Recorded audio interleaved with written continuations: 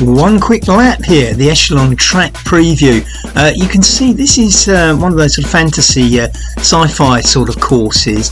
It's very long. If you look at the profile up in the top left, you can see there's just this long streak of blobs.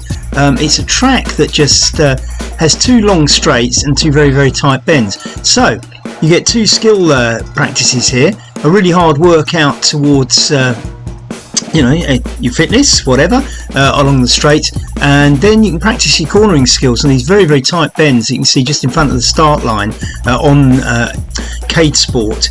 These are, you can see somebody just crashed there. So we're going to go around the first bend quite tentatively at the moment because we're actually just starting off from zero, having to accelerate. Now we're on the straight and we are going to go past this other rider here, getting up to 36 kph, but pushing and pushing and pushing to kind of get some speed up on this straight. And you'll see it's quite a long way up to the other end, and this is what it's all about. You can have sustained exertion as we head towards the end, just testing the steering there, going on to the inside lane, because when I went to go around the bend at the other side, now you can see the other side of the track just to our left as little spaceships go past us, and one coming the other way. You can see it's quite a long way, so this is the whole point about this, is a sustained effort.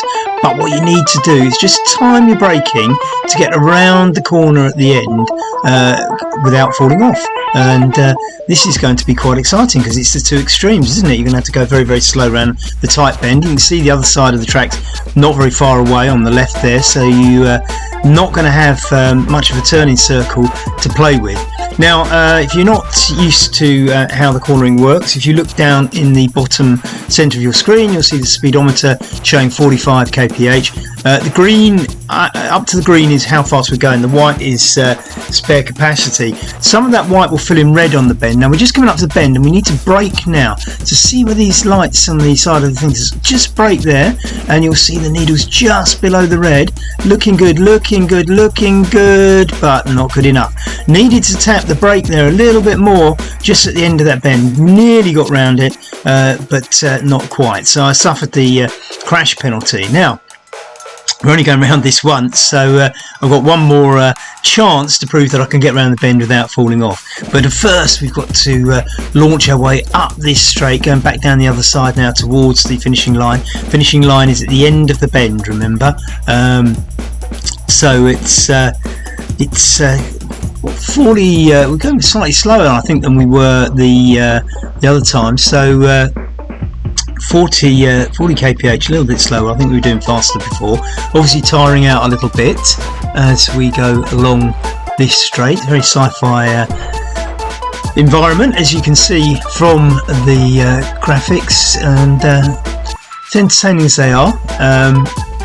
I should imagine that once you're on one of these races, you're just going to be looking at the other riders, aren't you? Because it's going to be flat out. We've got it up to 43 kph, accelerating off the bend a little bit, getting ever closer to that bend at the other end. But as you can see, it is quite a long stretch to sustain a fast speed. So 42 kph still, as we can see the bend looming up now, and I'm on the outside of that bend. I should really have gone for the inside. It is quicker to go around the inside, and I don't believe that it makes you more likely to crash, but I could be wrong on that. So we have to start braking just when we get these sort of lights and these arrows. Now braking down 28 kph. That's about right. Look, just playing around with the red there, nudging the brakes, and I've got round without falling off, which is great news. And of course the finishing line was just on the bend rather than at the end. That's it. See you next time.